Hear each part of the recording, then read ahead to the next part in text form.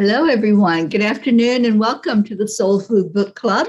I'm Terry Angel, your host, here with our beautiful book club members today, Charlie and Auntie Jean. Hello, everyone. Welcome. And our special member, Michele Landers, who is the author of the book we are discussing. Who has the book? The Year of Living Miraculously. I can get it. That's what we're doing, right? That's what we're doing. Thanks, Charlie. You're much better than I am. Welcome, everybody. Michele, thank you for being here with us today. Oh, we love having you on here to have these discussions and get some insight from the author. So welcome. Well, thank you. And we're about to discuss chapter 6, which is we are all co-creators. And I would love to get some feedback on what you thought of that chapter. Was there anything that you questioned or anything that you wanted to know about? So I'd like to start there. Okay. Well, I found it really interesting. A few years ago, I would have said, huh? But now I realize that, okay, I'm going to be silly because I was telling Michele right before we started that I kind of think of us as a blob. If you remember that movie, The Blob, where it was this great big mass of energy, and well, it was material too, but it would get separated from the main blob. But in the end, it all would get back together again. And it's like our energy is, along with God's energy, is this creative blob. And though we may seem separated, we're actually all part of the same mass. And so I think that, we have to, what I got from the chapter was we have to realize that we are partly responsible for what is happening in our lives. It's not just that any God or the universe or fate or whatever you want to call it has it mapped out for us, and we have to do exactly it. And so a lot of people blame God when anything goes wrong, or and that's not accepting your responsibility for part of what's going on. And I think it's a beautiful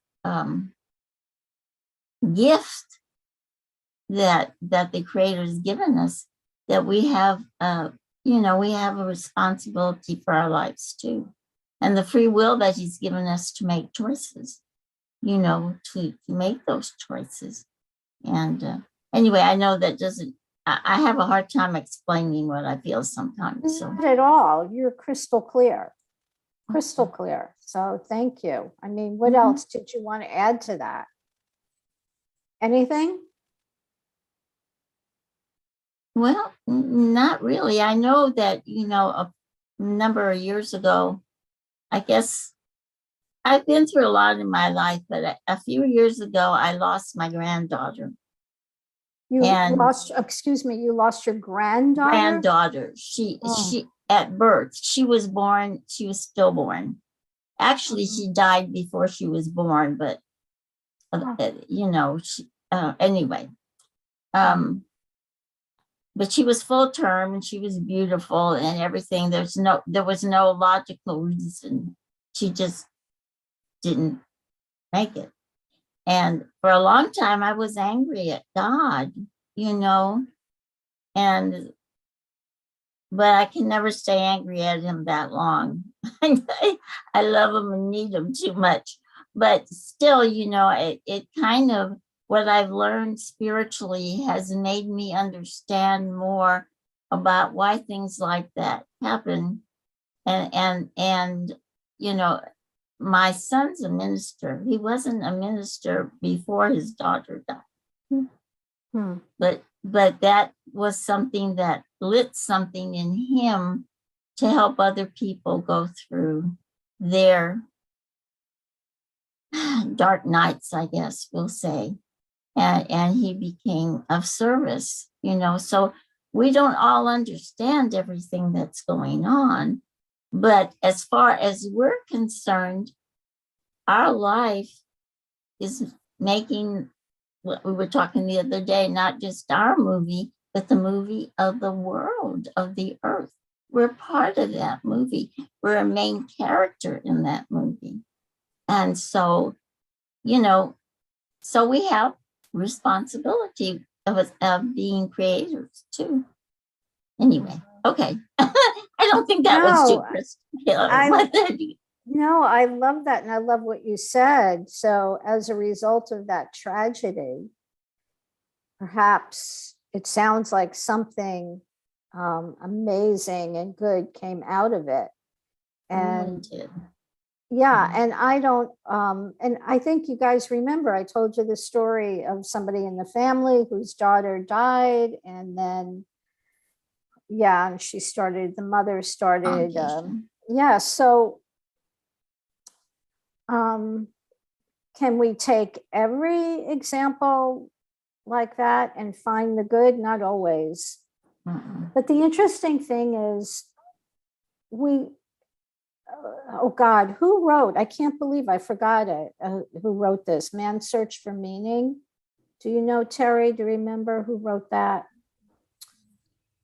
Oh my goodness. I'm going to have to look it up right now because there's. But what I wanted to say is we don't always see the good, maybe, but there is good. There's a blessing in every lesson. This is something that the angels just had me write about just recently. That even though maybe we can't see at the moment, or even shortly thereafter, we can't see any good that came from it, but there always is a blessing with every lesson that we have in life. So, you know, maybe we just haven't opened up to what that is yet. And a lot of times as I go through things and I look back, do the reflection and step away from it and look back, I can see the perfection. I can see how things had to happen a certain way so that other things did fall into place or open up for me. So I think that everything always has a reason, has a purpose, you know, even though it might seem traumatic to us. And I know there's probably many questions right now, like, well, you know, what about war? Or what about, you know, conflict and things where people are hurting each other? But there's always something in there that comes out of it that's good. And I call those the sandpaper things in life. They shape us. They bring out those smooth edges for us so that we can be changed and shaped into our perfection and into what's beautiful. Thank you, Terry. Yeah, I mean, that's perfectly said. It's in the book. I call that the wild card because we just, I think as humans, we have a need to know, you know, with that ego part of us. I want to know the reason. And sometimes we just won't know on this plane. And I would hope. So what does that do to our perception that we co-create our reality? Or what does that do to our perception of a fair and just and kind universe? You know, that could really shake you up. But it's not kind, and it's not just, and it's not fair.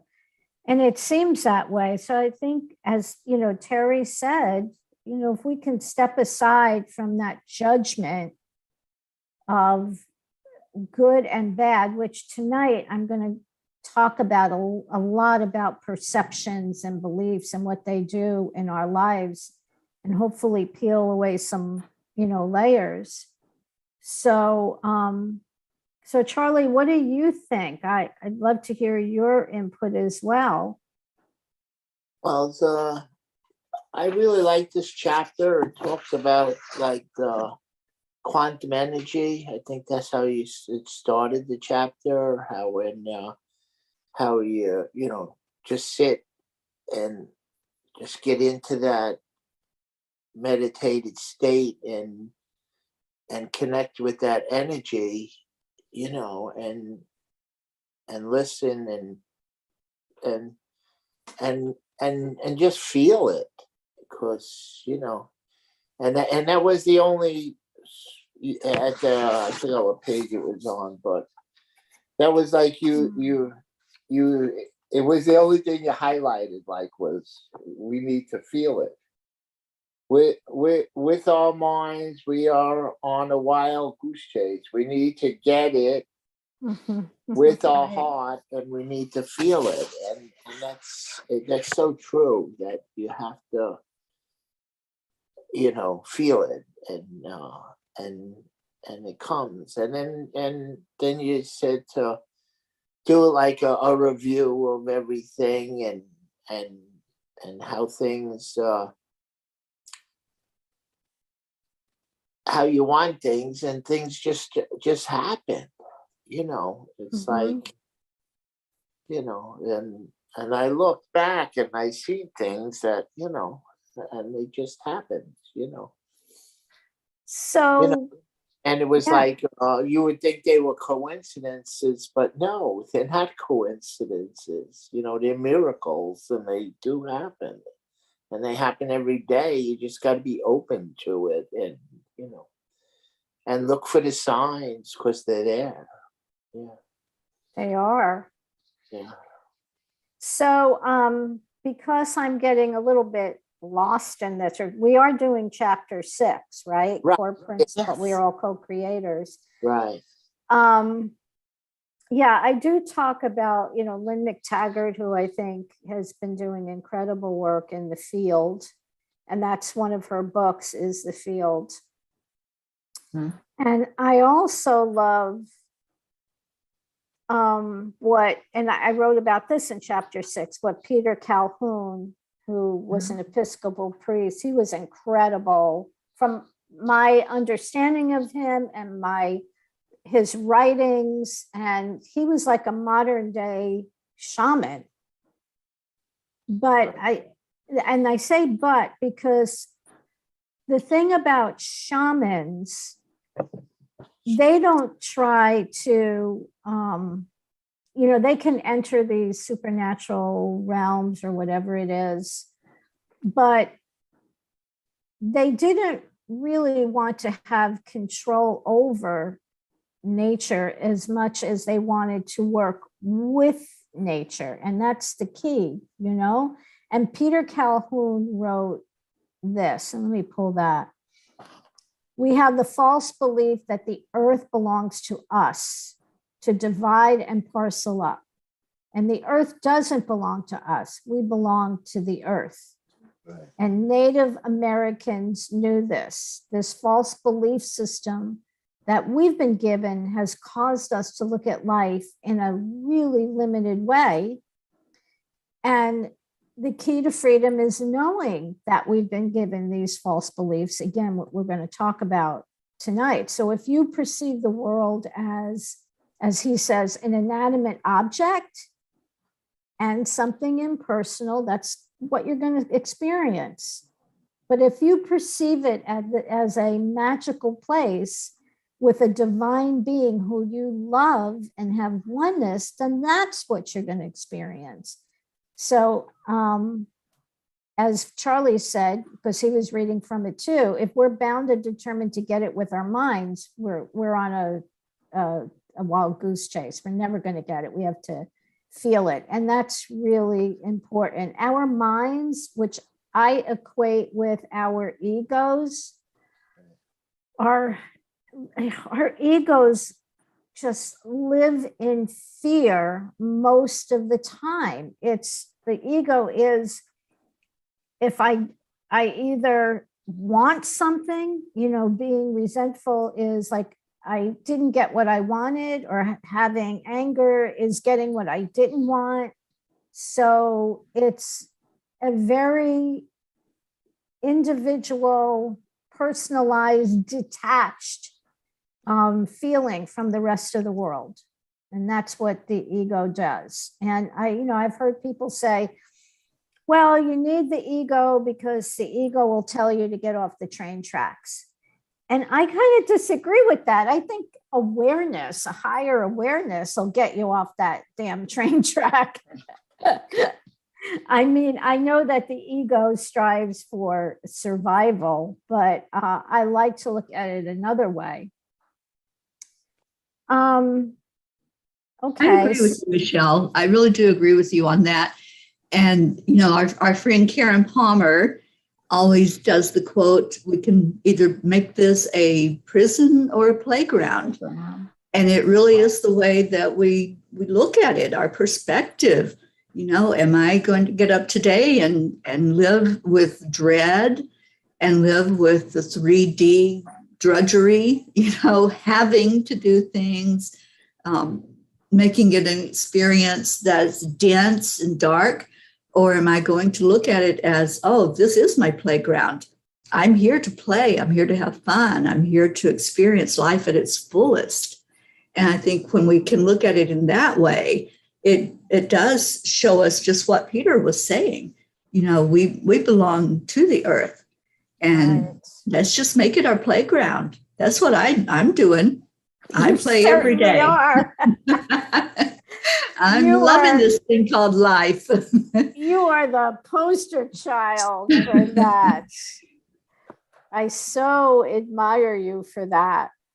So here's a question that I had at the end of this chapter, which I really love, because a lot of times, really, we say it pretty often, something good happens to us and we go, oh my goodness, which is really natural. I'm not condemning it.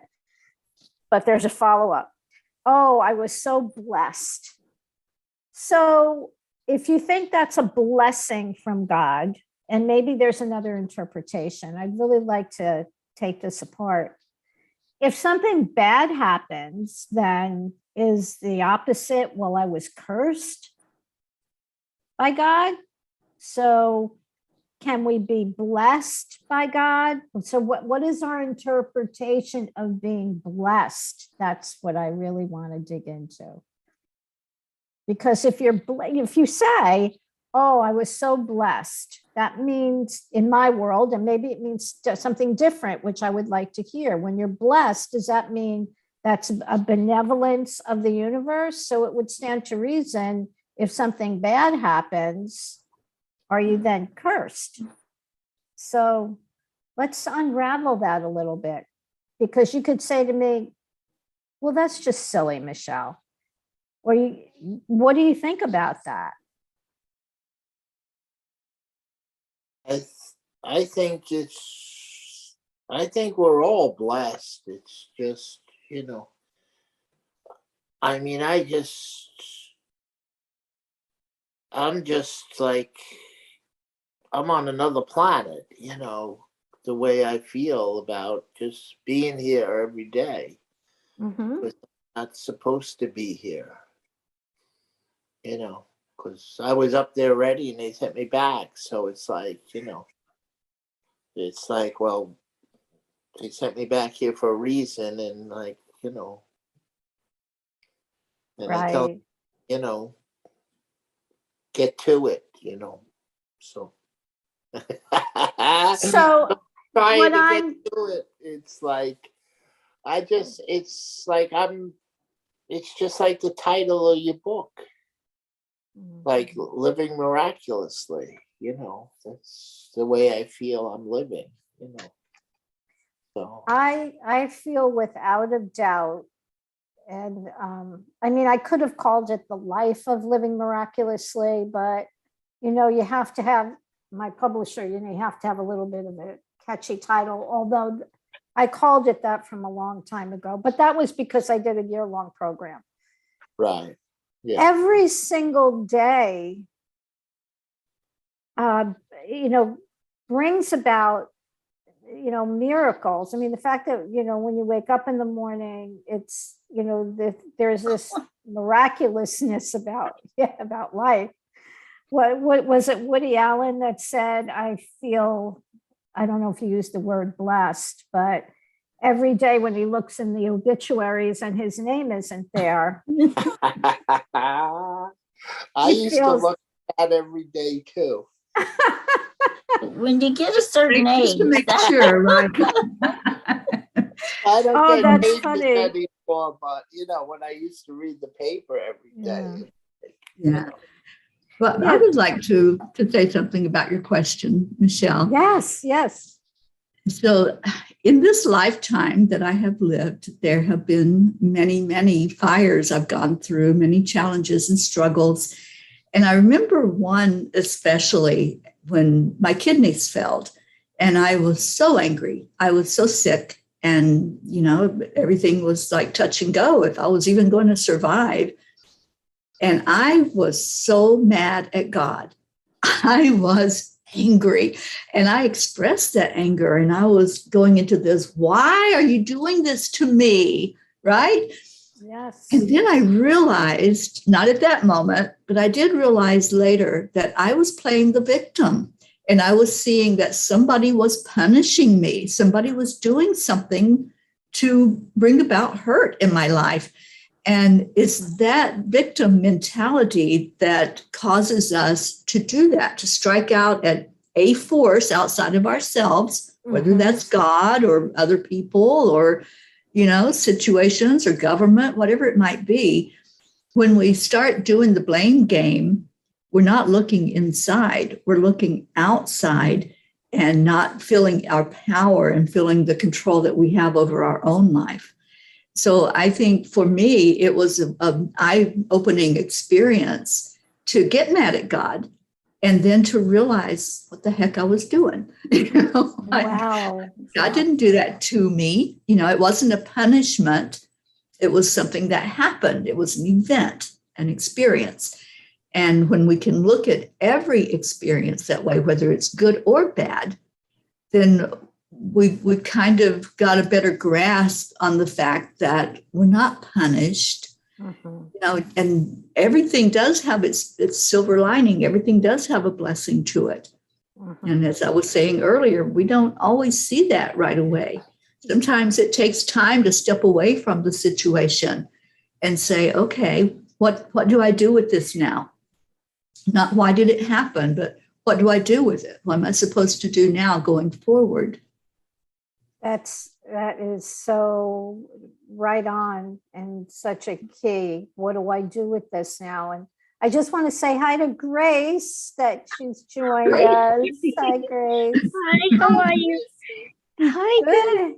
How are you? I'm very well, thank you. And thank you all for holding space and for continuing the conversation.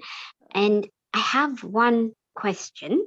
So what if, because what I'm hearing is, Terry's its story or tidbit was that, yes, she was angry at God.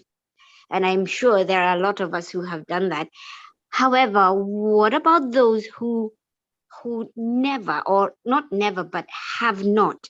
And I say that because I'm one of those who, I see my sister will be so annoyed with God. She'll be so angry. She's like, God, why are you letting this happen? But I just, what does that mean when you don't do that? I just cannot sit and say, God, why did you do this? What is going on? And they're really angry, like, can we get a little bit of shedding in that? And sorry, Michele, I still don't have your book, but I'm going to get it. I've been trying to get it on Kindle and I'm like, where is it? And it's only Amazon. And I think at this moment, I'd rather have a digital, but I prefer hardcover, but I can't seem to get the ebook.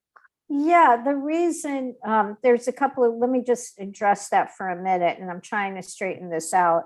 The reason is because I had it with a publisher. My contract was up. I took it back. I requested to have it returned. I wanted to end the contract. When I ended the contract, I did not know that she was going to take it down from Amazon. I thought I would be able to just take it over. And that is not what happened. So now I have to find the right people. And she just sent me the original draft, but it still doesn't look right. And I need someone who can turn it into an ebook for me and somebody who can help me put it back on. But as soon as I can get like a Kindle, where do you live, Grace? Oh, I live in the Bronx, and I've even tried a. I can mail it to you. Oh, great! Because I've even tried a Barnes and Noble, and I have a Barnes and Noble account. Yeah. And I I don't seem to. I can send you a credit card. Well, I'll tell you what, afterwards, just message me or something and I'll get information from you and your address, and I'll be happy to mail you a book. Oh, well, thank you very much. And yeah, because I do have books in stock. So, but thank you. But to go back to what you said, so your question was, why don't you feel that way, that you blame God, or did I confuse? Yes, correct. I just do all my life. I just don't. And I don't understand myself. Well, your name is Grace, so.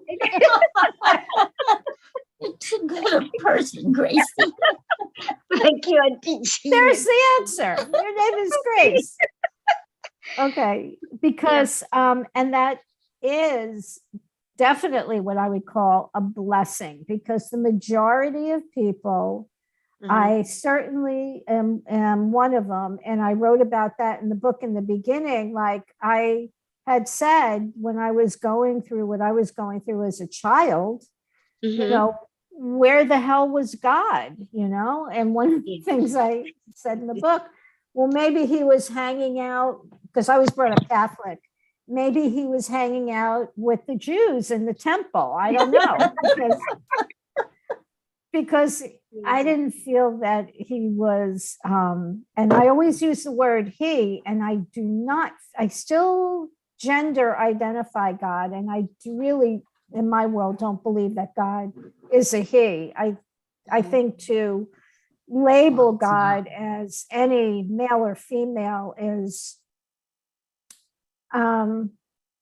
inaccurate in my world, because it's so, you know, we identify with male, female, and individualization, but God, I'm sorry about the dog who's making a little. That's not a problem, honey. Okay. Okay. We love our little pets. Thank you. So, yeah, I just view God as, you said, like the blob, which is so interesting. It's okay, because I always envision God as like the sun, and you know how the sun spins and shoots off all of these gases and rays, and that we're part of it. So we have part of that energy. Yeah, and that of those abilities, but not to the fullest power. So, Grace, that's a blessing. There aren't a lot of people who, when they are, everybody feels blessed when their life is going perfectly. Let's face it, right? When everything is smooth, most everyone feels, oh, you know, I'm so blessed. Oh, there she goes. But when bad things happen, she doesn't like this part of the story. That's why. That's why. You know, No, I was just going to say, I think I know kind of what Gracie means. I mean, as I told you before, there was one time when I was extremely angry with God because I lost my granddaughter. And, you know, it was just a whole lot of things. It was like, how can people who don't want children have children? And then you have this wonderful couple who's got so much love to give, and the baby doesn't live, you know. So there was that anger at God, but I got over it very fast. But what Grace is talking about, I have a sister. Well, I had a sister, she's passed, who was very much like Gracie's sister, with a lot of similar problems. And I remember one time, and sometimes I think I need to watch what I say because she came over and she was very upset with these nurses because she had needed some kind of records and this and that, and they couldn't find them for her, and they were so incompetent, and I think they finally actually had a security person remove her from the hospital. And and so I'm listening to her and everything, and I knew my sister like Gracie knows hers, and I'm like, hon, I know how you feel, but sometimes if you just are kind of nice to people and do it in a polite way, in a kind way, that you'll get more help, more reaction than, if you just go in and tell people they're incompetent. That doesn't usually work too well. And she got so furious at me that she got up and left the house because nobody understood her. And I think that your sister's kind of the same way. And she's always, her whole life is blamed. My sister had a lot of problems, and she always blamed, where was God? Why is God letting this happen? But what is it about us humans that, when we were talking before, I wanted to say, we always want to have black hats and white hats. We always want to think that if something bad happens, something, it's the opposite side of each other or something. It doesn't work that way. Right. The universe doesn't work that way. And I read a book years ago, when I was young, called The Universe is a Green Dragon. Wow. Good. That's very interesting. It's a really oldie. No. And the thing that really impressed me about the book was it said that we are the consciousness of the universe. Mm-hmm. So for me, the universe has always been like a living, breathing entity. It's part of, I'm sorry I even use the term blob, but it's part of that energy that we all are part of, that we all have that piece of that energy in us, but we all belong to that one big source of energy. And so I agree with, is it Calhoun, that we don't own the earth. The earth owns us. We are actually a partner with the earth and the spiritual realm for the universe to be a consciousness of anyway. I'm off my soapbox again, so. I don't think that's a soapbox, and I love what you share. And again, back to Grace. Grace, I think that is a wonderful virtue, and that you have always felt that way. That's blessed, very blessed, for sure. Yeah. I'm sorry. Who was going to say something? No, it's okay. Yeah, because sometimes I feel that I'm inadequate. There's an inadequacy from that. I didn't know the context of that, of my question, or what we were talking about. I think I just got it on the end from your book or from Terry's. So, sometimes I guess because from a very young age I've known and I've felt, and I remember at 13 and 12, I just asked God to order my steps in the world. So sometimes, you can feel out of sorts because, or that you're not expressing yourself, and yet you could have different way of expressing yourself when you're meditating. you go deep down, but you don't come out with that. Is that what happened with you? I'm sorry, I'm catching on the What happened with in the book that Terry told that story, or Charlie? Oh, okay. What I was saying, what I was asking, well, I don't know if you jumped in then. I was saying, so when something good happens and we say, oh, I was so blessed. And oh, yes. then, right. And then when something bad happens, does that mean you're being cursed? Okay. Oh, yes. Yeah. So to be able to always look at life, and no matter what happens to you, as either a blessing, or even to not be angry at God, the divine, the universe, that to me is a huge blessing, to be able to walk through life like that. And I just want to tell you, Grace, not many people have that ability. So you're kind of in the minority. And I go back to your name, Grace. So thank you. yeah. Yeah, because I was many times when I was growing up. I went to parochial school. I attended mass. Well, at that time we really had, I forgot how often we had to go to mass, but it was pretty often.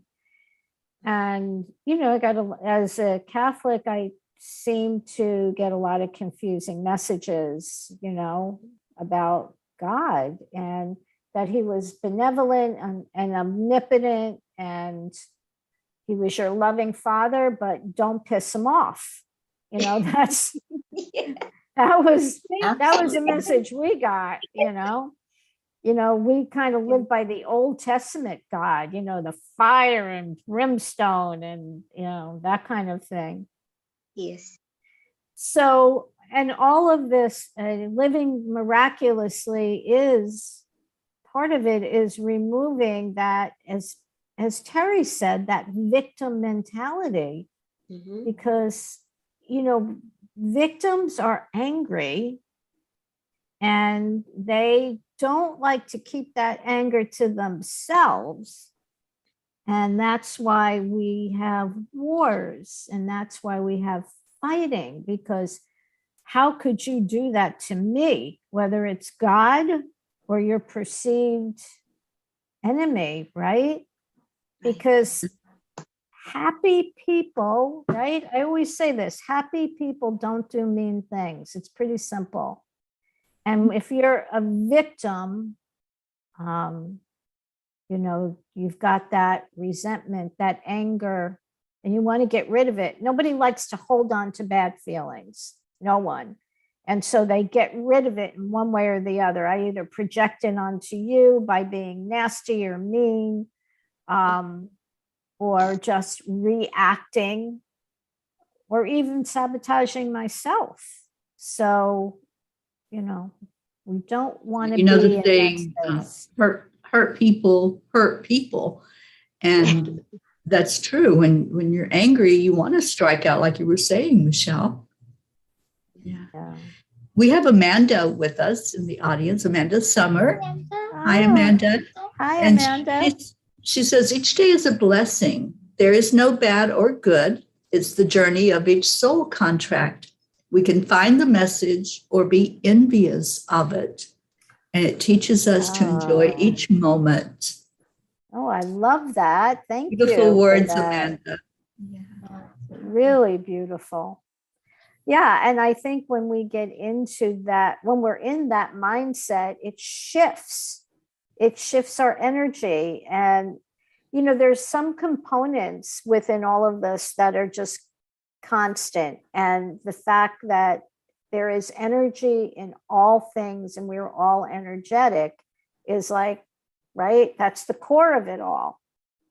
And so working from that, how are you managing your energy, and what energy are you putting out, and what energy are you taking in or accepting or bringing, what are you bringing in? So Charlie, did you want to add anything to this? Or No. ask any questions or say anything? No, it's what was I going to say? Oh, I was from this morning when I was looking on Facebook, or the simple formula for living that you put out, that for the Oh, yeah. with all them different things, and you know, a lot of them pertain to what we're talking about, and how you know, like, happy people do good things, and you know, I always been happy in my life, and you know, and I think like all of us here are like so grateful, and a lot of gratitude, and when you do things like that, it comes back to you, you know, just doing them good things and helping people, and stuff like that. Yeah, so I believe in that. So yeah. Yeah, it certainly is a circle all the time. We're putting out and getting back. And I think, yeah, for all of us and for so many other people, it really, really feels good when you can help, support, validate others, right? That feels so much better than the opposite of being a victim or being angry or resentful. And so that's when, for me, if I'm feeling like that, I always, because I believe it comes from my ego, I have a talk with my ego, you know, and just ask it, what's going on here? What's the problem? Why are you feeling this way? And so I have this conversation and just always explain to the ego over and over again, I know that you think that you're protecting me, but I do have other ways of moving through life now. So I'm not going to kill you because that would be impossible and bad. But, and I don't hate you. I don't hate you. I just ask that you maybe observe. But I appreciate, and that's the other thing that we've talked about this before, but it bears repeating. Whoever, whatever it is, send love to that. And that could be really challenging in some cases when somebody has harmed us or our family individually. I'm always in awe of people who have been able to really forgive someone who has a murderer, somebody who has murdered someone in their family, to be able to, what an act of higher consciousness, and to be able to do that. Yeah. But of course, in the Course in Miracles, it says you don't have to, I'm not trying to throw you a curveball, but I think you'll get this. I'm sure you will. You don't have to forgive anybody because there's nothing to forgive. Do you get that? Right? Yeah, forgiveness is not about any person. Right. Is to clear the energy inside of you. Correct. Right. So that piece in A Course in Miracles is really great. You know, there's nothing, you don't have to forgive your brother because there's nothing to forgive. Right. I think that Terry's given up and trying to get me to stop saying I'm sorry. Oh, she realizes now it's going to be on my tombstone, and she's just going to live with it. So, I used to charge her $0.25 every time she said it, Michele. Oh, There's no more quarters wow. left in the world. I know. She's used we're to going to go to India with that money. Oh, wow. Wow. But you know what I was thinking when we were talking about all this is why when we meditate, we start with our heart, because our heart is the trueness.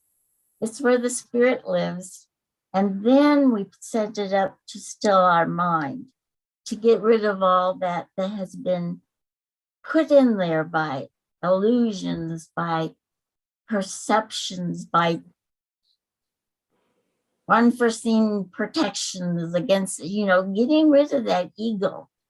So that's why meditation is so important. It's to wake up that spiritual heart, that spiritual being that we are, and we can see past all of that the world has taught us, and we can find, the peace and the truth that we really need. So that's beautiful. How different would the world be? When I'm in my right mind in the morning, I do meditate every morning. And sometimes I forget to say this, which is also from A Course in Miracles, but it's just, to me, it's really beautiful. The prayer is really simple.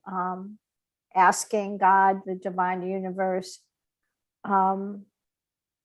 what would you have me do? Where would you have me go? What would you have me say, and to whom? And I'm just like turning my whole life over consciously to the universe, because I always have, I just said to Terry today, I've always got juggling all these balls. I've got all this stuff going on all the time. But when I can say that prayer, it really it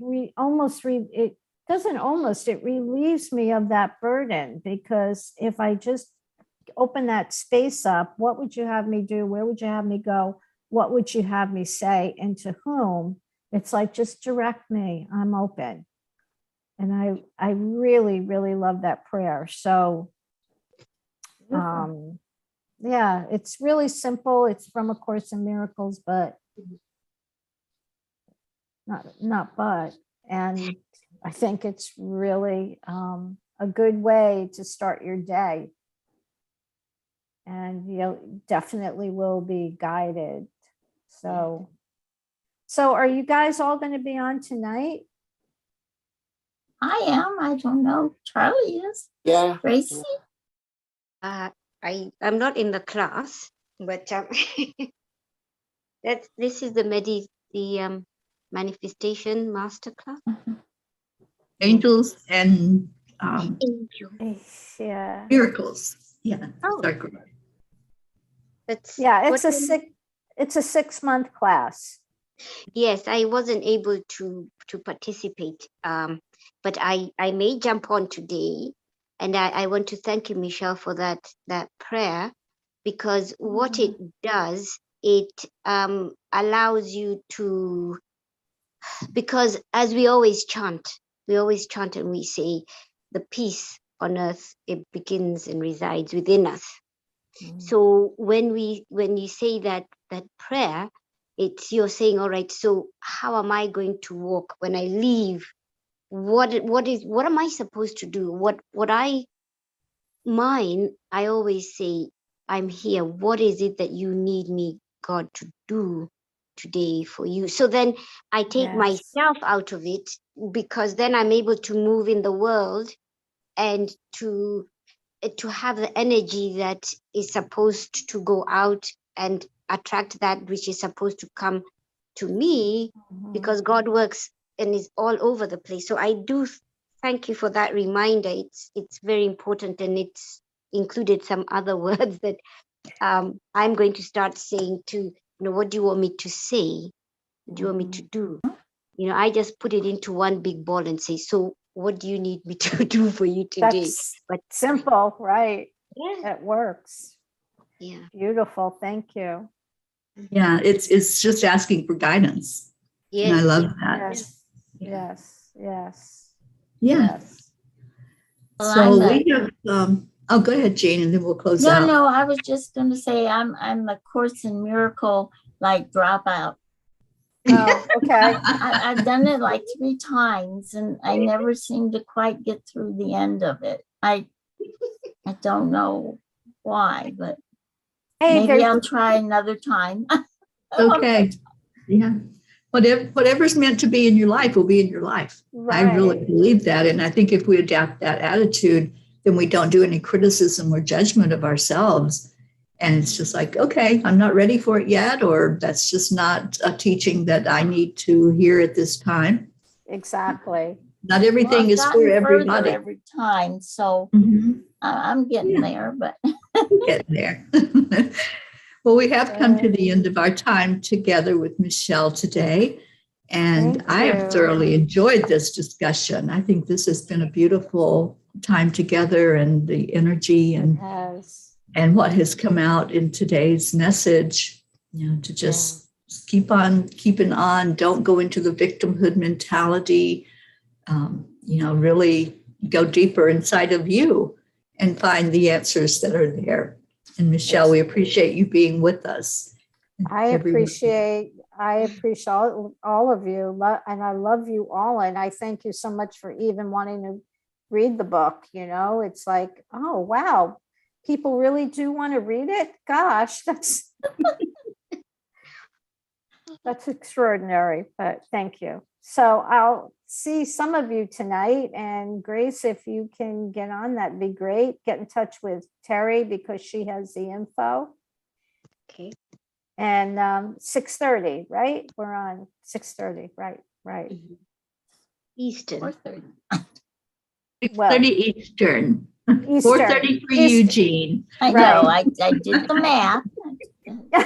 Yeah. I have a terrible time with. You can ask Terry. I have a terrible time. But if they give me Eastern, I know what to do. Yeah, I When have they to give be me other times that it just messes me up. I don't know why I think everybody's on this side of the United States all the time, but it's way your mind works, right? Mhm. So, okay. Yes. Okay, so those of you who joined us virtually, thank you for being with us, and think about coming onto the Zoom call and joining the discussion with us when we come together each week at the same time, 1:00 Eastern time. And we're still working on Michele's book. We're going to be in it for a bit and really enjoying it. Yeah. Thank you so much. Yeah. And we always end our programs with Namaste, y'all. Namaste, We will y'all. see you later. And Michele, we'll see you tonight. Yes. See you Bye, all.